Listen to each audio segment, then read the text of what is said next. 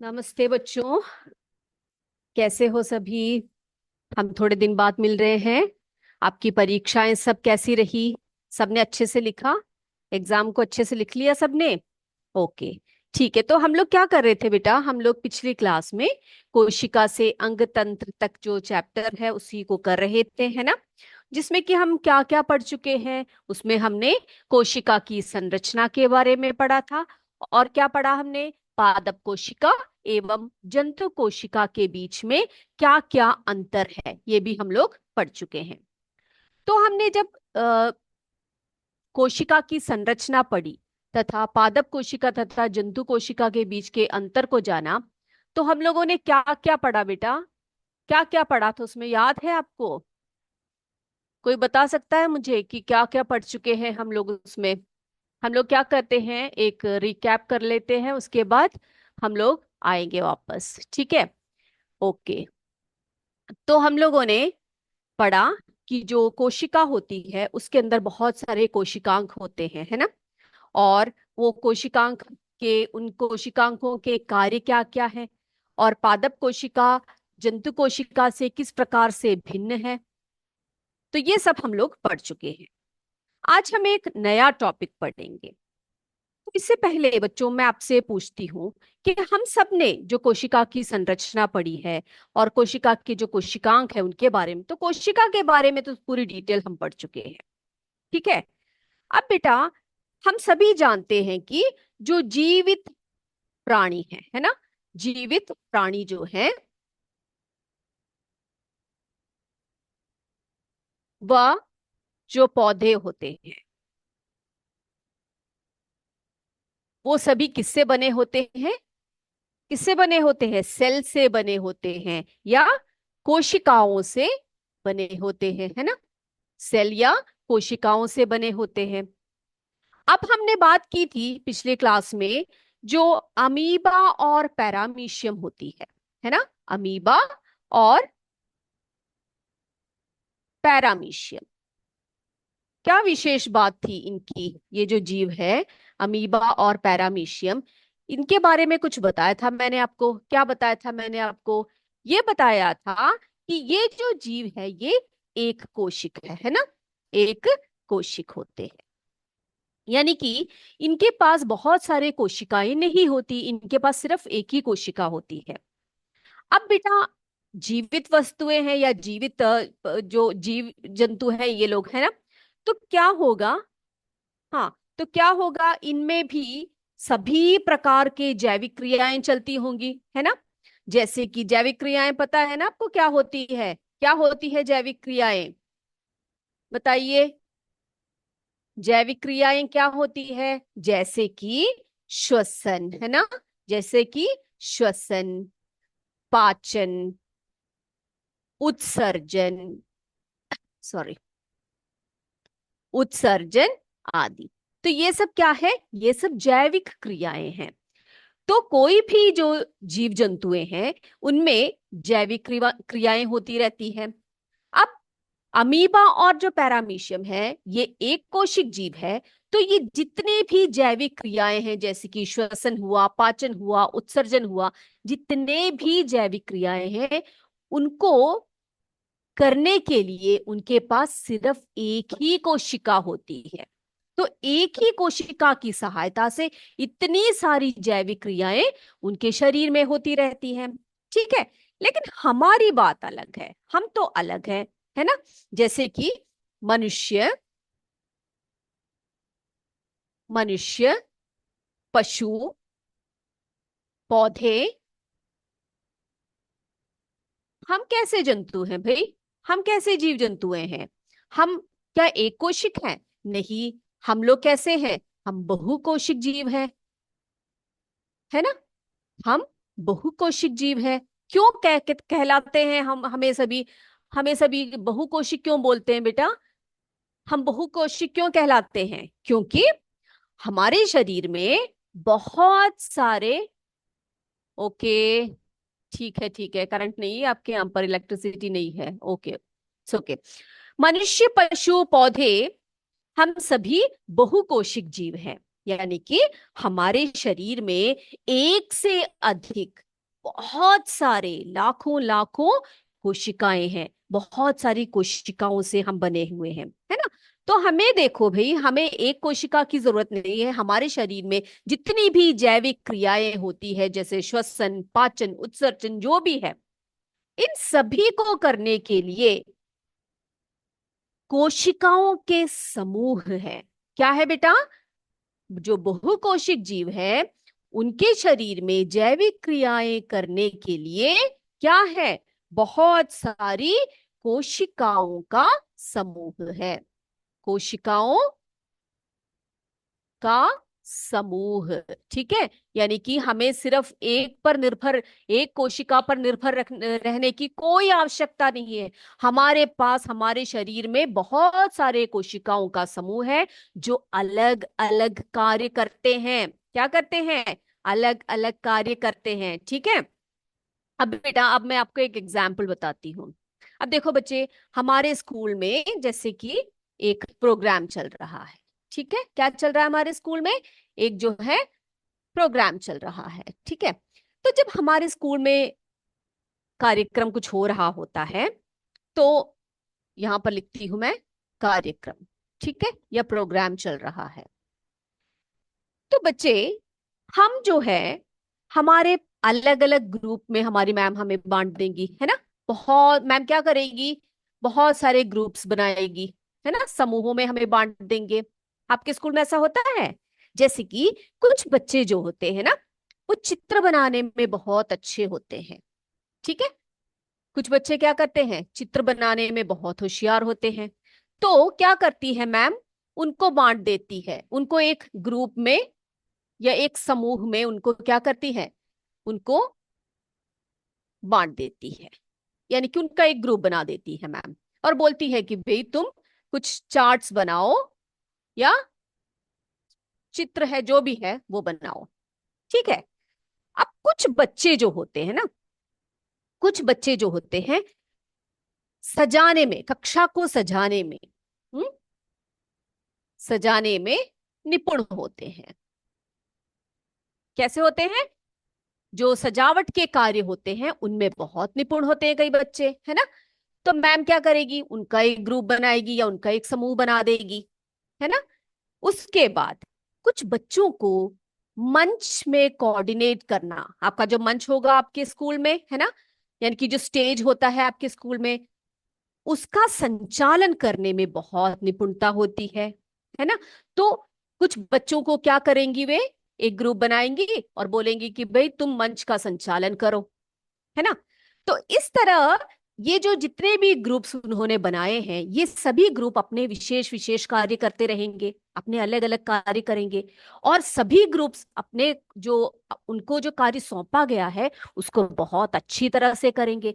अब जब ये सभी ग्रुप एक साथ अच्छे कार्य करेंगे, तो कार्यक्रम कैसा होगा भैया? कैसा होगा कार्यक्रम? बहुत बढ़िया होगा, है ना।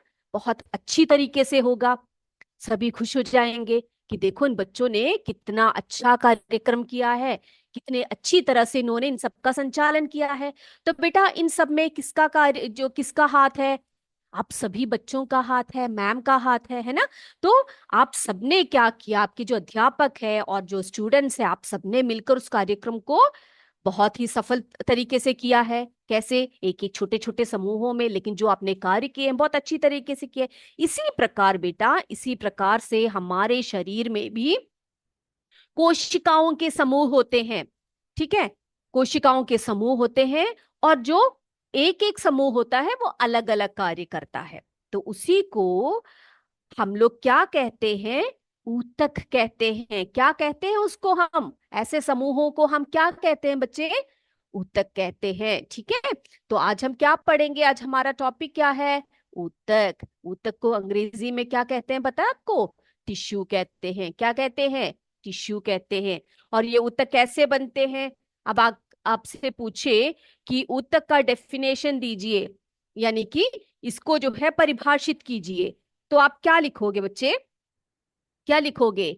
ऊतक यानी समान रचना, समान रचना व उत्पत्ति समान रचना व उत्पत्ति वाली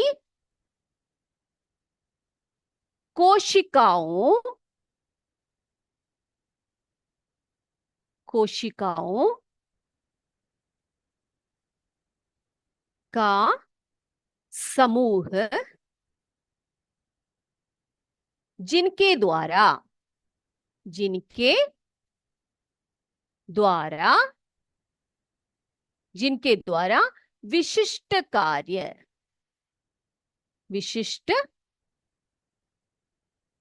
कार्य संपन्न होते हैं।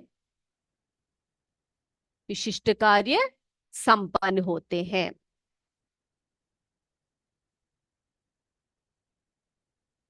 ठीक है।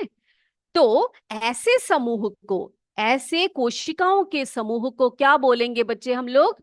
इन्हीं को हम ऊतक कहेंगे या टिश्यू कहेंगे। जैसे कि ये एक कोशिका है, ठीक है, और बहुत सारी समान रचना वाली कोशिकाएं, ठीक है, समान रचना व उत्पत्ति वाली कोशिकाओं के समूह को ही हम क्या कहते हैं बेटा? उसी को हम ऊतक कहते हैं। ये बात क्लियर हो गई? ये बात क्लियर हो गई सभी को? हाँ। जैसे कि हमारे शरीर में बहुत सारी क्या होती हैं? कोशिकाएं होती हैं, है ना? सभी कोशिकाएं कैसी होती हैं? अलग अलग प्रकार की होती हैं। तो जो समान वाले जो होते हैं, ओके, पूजा है इस वजह से स्टूडेंट्स कम आए हैं, ओके, कोई बात नहीं, कोई बात नहीं। ओके, तो समान रचना व उत्पत्ति वाली कोशिकाओं के समूह जिनके द्वारा विशिष्ट कार्य संपन्न होते हैं, उन्हीं को हम ऊतक कहते हैं। ठीक है। अब ये सारे जो ऊतक है, ये सभी जो विशिष्ट कार्य करते हैं, उससे क्या होता है बेटा? उससे जो है हमारे शरीर का जो संचालन, हमारे शरीर में जो है वो, उसमें एक अच्छे अच्छे कार्य होते रहते हैं और हम जीवित रहते हैं। ठीक है। यस। अब अब कोशिका की हम बात करते हैं तो हमें पता है कि पादप कोशिका भी होती है ना? पादपों में जो कोशिका होती है उसे हम क्या कहते हैं? पादप कोशिका। और जो जंतुओं में कोशिकाएं पाई जाती हैं उन्हें हम जंतु कोशिका बोलते हैं, है ना? ये तो हम पढ़ चुके हैं। अब बेटा इसी प्रकार जब कोशिकाएं, पादप कोशिकाएं जब मिलकर ऊतक बनती हैं, तो जो पादपों में ऊतक पाए जाते हैं उन्हें हम क्या कहेंगे? उन्हें हम पादप ऊतक कहेंगे। क्या कहेंगे उनको? पादपों में जो ऊतक पाए जाते हैं उन्हें हम पादप ऊतक कहेंगे। और जंतुओं में जो ऊतक पाए जाते हैं उन्हें हम जंतु ऊतक कहेंगे। ठीक है। यानी कि प्लांट टिश्यू, ठीक है, plant tissue and animal tissue, animal tissue. ये बात क्लियर हो गई बच्चे? इतनी बात क्लियर है सभी को? यस, ठीक है। अब एक और बात पूछते हैं हम आपसे। अब बेटा जो जंतुएं होते हैं या फिर जो जैसे कि पशु होते हैं या फिर जो मनुष्य होते हैं, इनमें जो है हम सब सारी उम्र बढ़ते रहते हैं क्या? आप बताइए मुझे। हम बढ़ते रहते हैं क्या? हमेशा बढ़ते रहेंगे क्या? लंबाई हमेशा वृद्धि होती रहेगी हमारी? ऐसा होता है कि जैसे कि एक मनुष्य की या फिर जंतु जो होते हैं, जंतु यानी कि मनुष्य भी हम आ जाते हैं उसमें ना, तो जो जंतु होते हैं उनमें क्या लंबाई में वृद्धि हमेशा होती रहती है? बताइए आप मुझे। नहीं ना? यानी कि उस जंतु की आयु आप सोच लीजिए कि वो 50 वर्ष, ठीक है, 50 ईयर्स है सोच लीजिए। तो वो 50 वर्षों तक वो बढ़ता रहेगा? हाँ, नहीं बढ़ेगा ना वो। नहीं। एक उम्र ऐसी आएगी, एक निश्चित आयु ऐसी आएगी जब उसकी जो है लंबाई में जो वृद्धि है वो रुक जाएगी, है ना? ऐसे ही होता है ना? तो बेटा जंतुओं में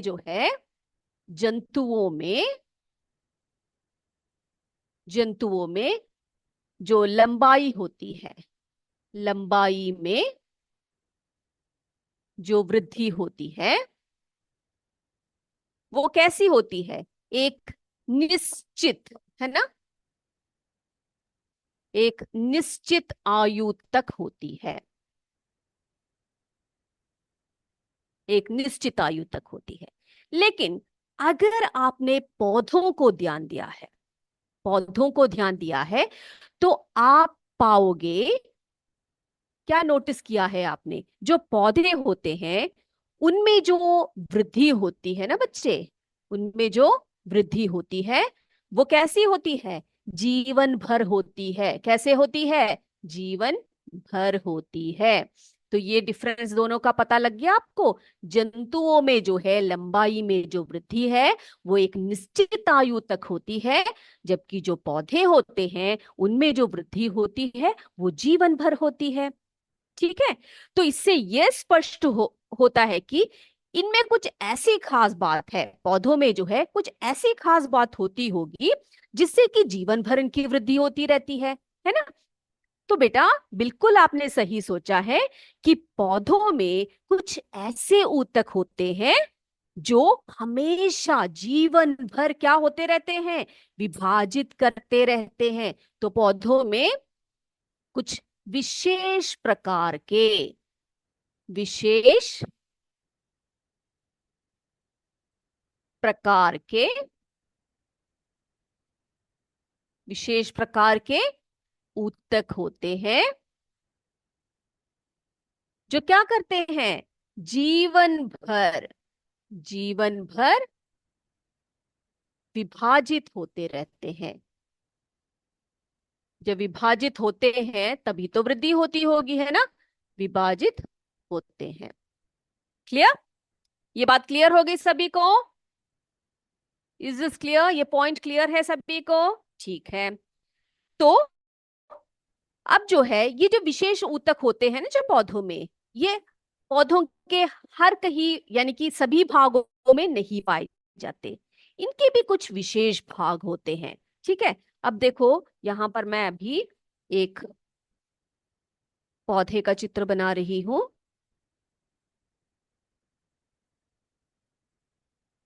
ऐसे एक पौधे का चित्र हमने बना दिया।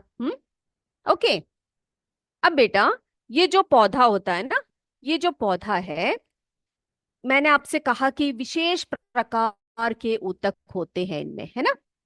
तो ये कहाँ पाए जाते हैं, ये कहाँ पाए जाते हैं जो हमेशा जीवन भर विभाजित होते रहते हैं? आपको बता दूं, ये जो विशेष प्रकार के जो ऊतक होते हैं पौधों में, ये कहाँ पर पाए जाते हैं, ये इनके जड़ और जो इनके तने होते हैं ना, इनके शीर्ष भाग में होते हैं। कहाँ होते हैं बेटा, तने, ठीक है, ये जो है यहां पर, ठीक है, शीर्ष भाग और जड़ों के भी शीर्ष भाग में, यानी कि टिप में। ठीक है। क्यों मैं ऐसा क्यों कह रही हूं, आपने कभी किसी पौधे का जो है, आप ऐसा कीजिए, ये जो पौधा है इसका एक टिप यहां से तोड़ दीजिए। ठीक है। आप टिप से ऐसे तोड़ देंगे और कुछ दिनों बाद आप देखोगे कि वो पौधा जो है जहां से आपने तोड़ा है उसके आसपास से नए नए शाखाएं उसमें से आ रही हैं। क्या मेरे बच्चों ने ऐसा ध्यान दिया है? हाँ। वो इसीलिए होते हैं क्योंकि वहां पर विशेष प्रकार के ऊतक होते हैं उनमें जो जीवन भर विभाजित होते रहे। आप तोड़ते रहो, वो उगते रहेंगे, होते रहेंगे। लेकिन क्या आपने कभी ऐसा देखा है कि किसी मनुष्य के हाथ पैर को ऐसे तोड़ दिया, किसी ने तोड़ के ऐसे उखाड़ दिया और वहां से हाथ निकल रहे हैं कुछ दिनों बाद या पैर निकल रहे हैं? देखा है कभी किसी ने? नहीं ना। दानवों के निकलते होंगे, है ना, लेकिन हमारे तो नहीं निकलते, है ना। हम लोग जो है सीधे साधे मनुष्य हैं, हमारे नहीं निकलते। जीव जन जो अन्य जंतु हैं होते हैं उनके भी नहीं निकलते, लेकिन जो पौधे होते हैं ना, इनमें जो है विशेष प्रकार के ऊतक होते हैं जो जीवन भर विभाजित होते रहते हैं। ठीक है। अब बच्चे, जो ऊतकों के जो जो पौधों के जो ऊतक होते हैं उनकी विभाजन क्षमता के आधार पर पादप ऊतकों को दो प्रकार से हम विभाजित करते हैं। वो देखिए, यस। तो अभी हम देखने जा रहे हैं कि जो पौधों में जो ऊतक होते हैं या पादप ऊतक, पादप ऊतक, किसके आधार पर बताया मैंने आपको? किसके आधार पर? विभाजन क्षमता के आधार पर। विभाजन क्षमता के आधार पर, इनके विभाजन क्षमता के आधार पर पौधे या पादप ऊतक होते जो होते हैं, इनको हम दो प्रकार से विभाजित करते हैं। कितने में विभाजित करते हैं? दो प्रकार से वर्गीकृत करते हैं या विभाजित कर सकते हैं। वे कौन कौन से हैं आपको पता है? वो है प्रविभाजी, प्रविभाजी ऊतक, और दूसरा है स्थायी ऊतक, स्थायी ऊतक। ठीक है, तो विभाजन क्षमता के आधार पर पादप ऊतक को दो भागों में हम वर्गीकृत करते हैं, प्रविभाजी ऊतक, स्थायी ऊतक। इस प्रविभाजी जो ऊतक होते हैं ना बेटा, इसका एक और नाम है, वो है विभ्यजोतक। विभय विभ्यजोतक। ठीक है, यानी कि इसको जो है ना बेटा, इसे हम लोग एक और नाम से, जो अंग्रेजी में इसको क्या बोलते हैं, जो स्थायी ऊतक होते हैं वो स्थायी होते हैं, है ना, उसे हम क्या कहेंगे? उसको हम परमानेंट टिश्यू बोलेंगे। क्या बोलेंगे उसको? परमानेंट टिश्यू बोलेंगे। ठीक है, परमानेंट टिश्यू बोलेंगे। और जो प्रविभाजी ऊतक होते हैं, उन्हें हम क्या बोलते हैं? Meristematic, meristematic tissue. Is this clear? पादप ऊतकों को उनके विभाजन क्षमता के आधार पर हम दो भागों में बांटते हैं, एक प्रविभाजी ऊतक और दूसरा है स्थायी ऊतक, परमानेंट टिश्यू और मेरिस्टेमेटिक टिश्यू। ठीक है, अब इन दोनों में अंतर क्या है बताइए? इन दोनों में क्या अंतर हो सकता है? अब बताइए मुझे, क्या अंतर है? जो मेरिस्टेमेटिक टिश्यू है या प्रविभाजी ऊतक है, ये जैसे कि हमने बताया, ये जीवन भर क्या होते रहते हैं? विभाजित होते रहते हैं, विकसित होते रहते हैं, और क्या होते हैं? ये हमेशा जीवन भर, जब तक वो पौधा रहता है तब तक उनकी क्या क्षमता होती है? विभाजित होते रहते हैं।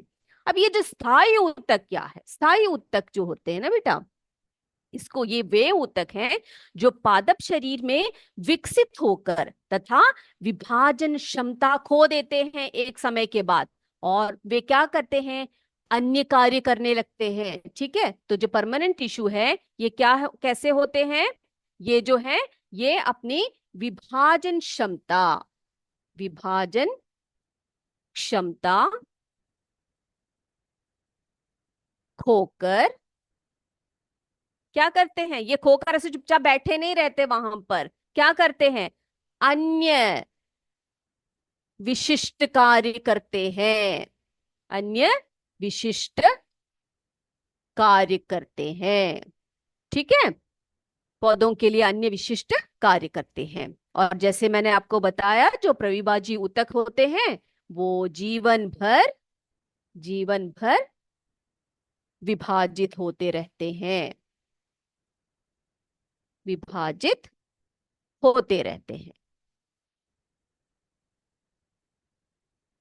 ये बातें बच्चों को क्लियर हो गई है बेटा? ओके, अब आपसे अगर पूछे कि पादप ऊतकों को आप बेसिकली कितने भागों में विभाजित कर सकते हो, आप बताइएगा। प्रविभाजी ऊतक और स्थायी ऊतक। जो प्रविभाजी ऊतक है वो जीवन भर विभाजित होते रहते हैं, और जो स्थायी ऊतक होते हैं वो परमानेंट टिश्यूज होते हैं। ठीक है, और वो क्या करते हैं? उनकी जो क्षमता जो होती है, एक समय के बाद क्या होता है बेटा? एक समय के बाद वो जो पूरा विकसित होने के बाद वो अपनी विभाजन क्षमता जो है खो जाते हैं, खो लेते हैं, लेकिन वो चुपचाप नहीं बैठे रहते, चुपचाप नहीं बैठे रहते। वो क्या करते हैं बेटा? वो जो है वो और भी बहुत सारे कार्य करते रहते हैं। क्लियर? यस। अब हम क्या करने वाले हैं? अब जो है ये जो विशिष्ट जो परमानेंट टिश्यूज होते हैं ये कहाँ कहाँ पर पाए जाते हैं। हमने आपको बताया जो प्रविभाजी जो ऊतक होते हैं वो ज्यादातर तने और जड़ों के शीर्षों में पाए जाते हैं। अब ये परमानेंट टिश्यूज जो होते हैं ये कहाँ कहाँ देख सकते हैं हम लोग। ये हम जड़ों में देख सकते हैं, तने में, जो पत्ती होती है पेड़ की या पौधे की वहां पर देख सकते हैं, तथा अन्य भागों में हम लोग इन परमानेंट टिश्यूज को देख सकते हैं। Okay, yes. अब जो स्थायी ऊतक है ना, ये स्थायी ऊतक दो प्रकार के होते हैं। स्थायी ऊतक जो है वो दो प्रकार के होते हैं, वो भी जरा हम लोग पढ़ लेते हैं।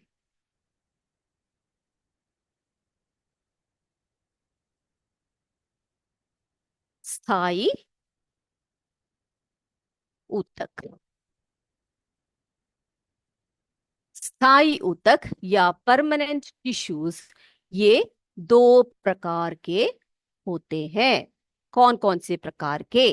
पहला है सरल ऊतक, सरल ऊतक, और दूसरा है जटिल ऊतक, जटिल ऊतक।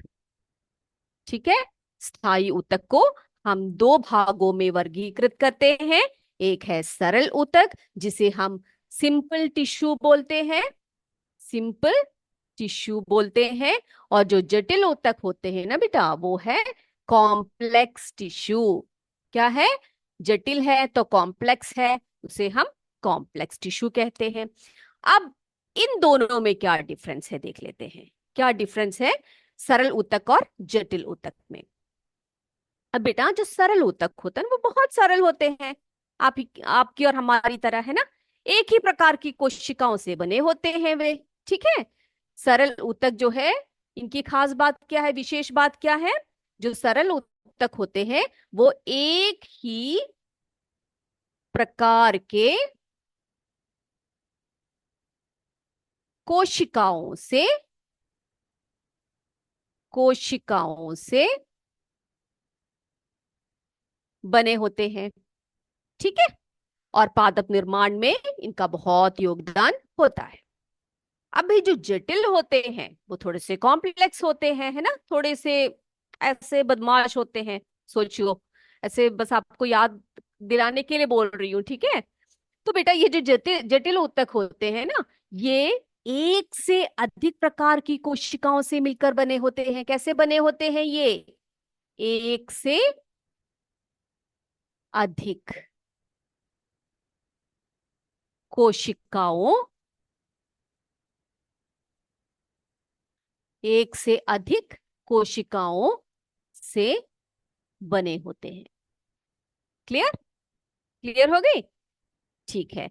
अब ये जो कॉम्प्लेक्स टिश्यू है या जो जटिल ऊतक है ना, इसका एक और नाम है, याद रखिएगा, इसको हम संवहन ऊतक भी कहते हैं। अंग्रेजी में वैस्कुलर टिश्यू भी बोलते हैं। संवहन, सोचिए संवहन, संवहन से क्या आ रहा है आपके दिमाग में? यानी कि चीजों को एक जगह से दूसरी जगह तक पहुंचाना, है ना, ट्रांसपोर्टेशन, एक जगह से दूसरी जगह तक पहुंचाना, वही कार्य है जटिल ऊतक का। अब इसके उदाहरण मैं यहां पर लिखने वाली हूं, जटिल ऊतक के दो उदाहरण लिखूंगी यहां पर। देखें कौन कौन सी है। दो उदाहरण है इनके, सुना होगा आपने, सुना है किसी ने? ये है जाइलम, जाइलम और फ्लोएम, जाइलम और फ्लोएम। ठीक है, ये क्लियर नहीं हो रहा आपको? जाइलम और फ्लोएम। ओके, तो जटिल ऊतक जो है, सरल ऊतक जो एक ही प्रकार के कोशिकाओं से बने होते हैं, और जटिल ऊतक जिन्हें हम संवहन ऊतक भी कहते हैं या कॉम्प्लेक्स टिश्यू बोलते हैं अंग्रेजी में, एक से अधिक कोशिकाओं से बने होते हैं। और अगर आपसे पूछे कि आप उदाहरण दीजिए जटिल ऊतक के, आप लिखिएगा जाइलम और फ्लोएम। ठीक है बेटा? अब आपको पता है जो पौधे होते हैं वो क्या करते हैं, उनकी जो जड़ें होते हैं वो हमेशा, उनका फंक्शन क्या होता है जड़ों का? मिट्टी से, मिट्टी से, हाँ बताइए, मिट्टी से हाँ, पानी को यानी कि जल को और अन्य जो लवण खनिज होते हैं उनको, उनका अवशोषण करना होता है ना, उनको अवशोषित करते हैं, अवशोषित करके जो है पत्तियों तक पहुंचाते हैं, है ना। पत्तियों तक या अन्य भागों तक, पौधों के या पेड़ के अन्य भागों तक पहुंचाते हैं, है ना। तो वो क्या हुआ, वो संवहन हुआ, है ना। संवहन क्या है, ट्रांसपोर्टेशन है। चीजों को एक जगह से दूसरी जगह पर पहुंचाने के लिए हम क्या बोलते हैं बेटा, क्या टर्म यूज करते हैं, संवहन। तो आप सोच सकते हो कि ये जो जटिल ऊतक है इनके कार्य भी ऐसा ही होता होगा। जी बताइए। हाँ, ओके। तो इनके दो उदाहरण है, जाइलम और फ्लोएम। अब ये जो जाइलम और फ्लोएम क्या करते हैं पौधों में या पेड़ों में, इनकी फंक्शंस क्या क्या है, ये हम अगली क्लास में पढ़ेंगे। ठीक है, आज इतनी बातें क्लियर हो गई है मेरे बच्चों को, सभी को क्लियर है? अगर क्लियर है तो सभी सी सी करके टाइप करिएगा, ठीक है। नेटवर्क इशू हो रहा है, ओके। तो हमने आज जो कुछ भी पढ़ा है सब अच्छी तरह से पढ़कर आ जाइएगा। हमने पढ़ा ऊतकों का विभाजन, जो उनकी विभाजन क्षमता के आधार पर दो भागों में विभाजित करते हैं, परिविभाजी ऊतक और स्थायी ऊतक, है ना। और जो स्थायी ऊतक होते हैं वो भी दो प्रकार के हैं, सरल ऊतक और जटिल ऊतक। ठीक है, जटिल ऊतक कॉम्प्लेक्स टिश्यू, सरल ऊतक सिंपल टिश्यू। सरल ऊतक यानी एक ही प्रकार की कोशिकाओं से बने होते हैं, जटिल एक से अधिक कोशिकाओं से बने होते हैं। और के दो एग्जाम्पल यहाँ पर जाइलम और फ्लोएम लिखा है। आज के लिए हम इतना ही पढ़ेंगे। अगली क्लास में हम जाइलम और फ्लोएम को और भी अच्छी तरह से समझेंगे। तब तक के लिए आज की क्लास हम यही समाप्त करते हैं। जय विद्या शक्ति, जय हिंद, जय भारत। धन्यवाद बच्चों।